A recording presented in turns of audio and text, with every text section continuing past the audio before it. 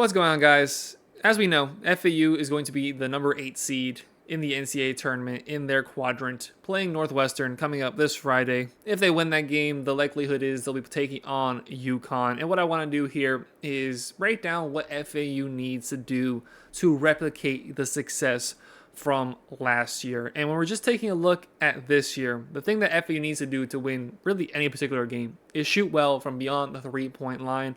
There's only been one game this year that FAU has lost that they've shot beyond 33% from beyond the arc. That was the game against Illinois, where it was a really hard-fought game. I don't really feel that FAU lost that game per se. Illinois was just fantastic. When you have two guys scoring over 30 points in the same game, it's really hard to find a way to lose in college basketball. And outside of that game, FAU shot pretty poorly from beyond the three-point arc in games they've lost. Most of those games didn't even crack the 30 mark. A few of those games didn't even crack the 20 mark. When you have four guards out there and only one big, and Vlad Golden has been excellent down low for FAU this year, top 5 in field goal percentage in the entire country, not just in the AAC, but the entire country from Vlad so far this year. The guard play, they need to find a way to hit beyond the three-point line and hit early from beyond the three-point line. FAU, when we saw FAU lose against Temple over the weekend, FAU just did not get into their tempo. They did not shoot well from beyond the three-point line. Like I just mentioned, had the exact number up here a second ago, but that three-point barrage that was never found from FAU, as they shot 17.5% from beyond the three-point line. And when Temple went on their hot streak, that 7-0 run that they got in I think a matter of like 30 seconds to a minute, FAU just was not able to recover, as Temple was able to hit their shots from beyond the arc and FAU was not. A specific player I'd like to highlight that, again, you see the splits in losses versus wins is Elijah Martin. Again, in the games that FAU has not won this year, he only has one game where he scored above 15 points. Elijah is he's a really emotional player. He's a player that can, when he's hot, the entire team feels it and feels his energy. Janelle Davis is more of a quiet leader, leading by example, leading by his play on the court, and you're not going to get that same fire from him. But Elijah Martin, when he is hot and feeling it, that type of confidence really flows well throughout the team. And we've seen some really up and down performances this year from Elijah Martin. You know, he was the co-player of the preseason player of the year, or whatever you want to refer to it as, coming into the season for the American Athletic Conference, but was third on the team in scoring, only 13.3 points per game, and has some really low lows as a player this year for FAU on the court. If he can catch fire in any aspect, whether that's driving to the basket and dunking the ball, whether that's making shots from beyond the three-point arc, his energy is felt around the team, and he is somebody that is going to be vital this year for FAU to make another run back to the Final Four. Seemingly every game that FAU has won this year, one of the other guys has had to step up.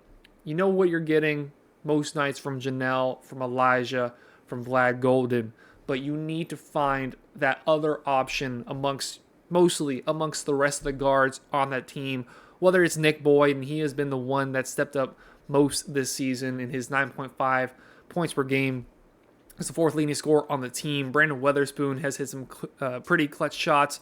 Brian Greenlee, we saw his impact on the Memphis game, his very last regular season game as an FAU Owl. Jalen Gaffney has felt a lot more confident running in this offense this year than he did last year. He feels like he's playing a more important part in the offense than he did last year and has adjusted well. There's been some guys, you keep going down that list, that you hope step up. Giancarlo Rosado, since he's returned from injury, just has not had a massive impact when he's on the floor. Outside of those big three, though, FAU has to get service from them.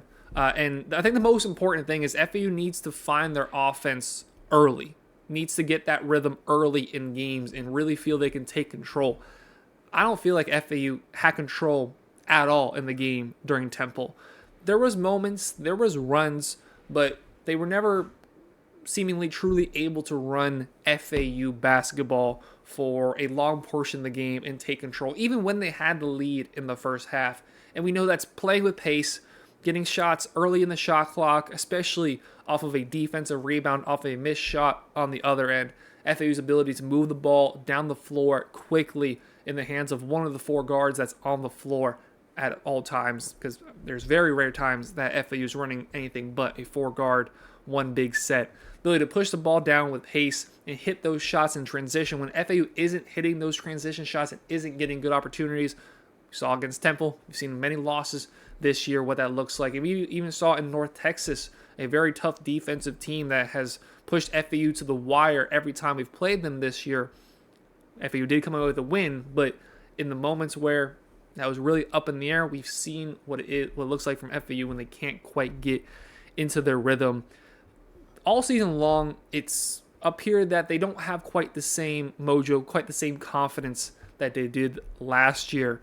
But the tournament run from last year, I'm sure, drained a lot of energy and emotional energy out from them from going into this season. But now you're back into the tournament. You're back with the high stakes. I expect that those emotions and that drive to fully be there, that at times this year we have called into question FAU's ability to just come out and play against teams they know they should beat. And we've seen us lose to teams we know should beat. Temple, case in point, this weekend. FGCU, way earlier on in the season was it Drake, I believe, or sorry, Bryant's earlier in the season. FAU's lost games they know they should win. However, now it's a must-win every time you step onto the court, starting with Northwestern, Friday at noon. I'm very hopeful for this game against Northwestern. I thought it was pretty generous that FAU gets an 8 seed. I feel good about them moving forward from this game in Northwestern, but then, like I mentioned earlier on in the video, if you beat Northwestern, you're likely going to have to play against UConn, which is going to be a very tall task, as I believe UConn is the best team in college basketball. I've thought that pretty much all year long, and the committee felt the same, giving them that number 1 overall seed in the entire tournament. FAU, in my opinion, has got the hardest quadrant to go through. You're looking at UConn, you're looking at Iowa State, you're looking at Illinois, fellow AAC member UAB, team we fell just short to last year in the Final Four, San Diego State. Some really good teams, some really tough competition to go through in our quadrant in the NCAA tournament.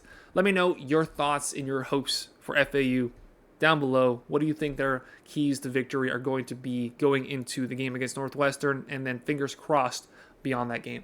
Let us know down below. While down there, hit that like button, hit that subscribe button. Appreciate y'all very much for watching. Have a great rest of your day.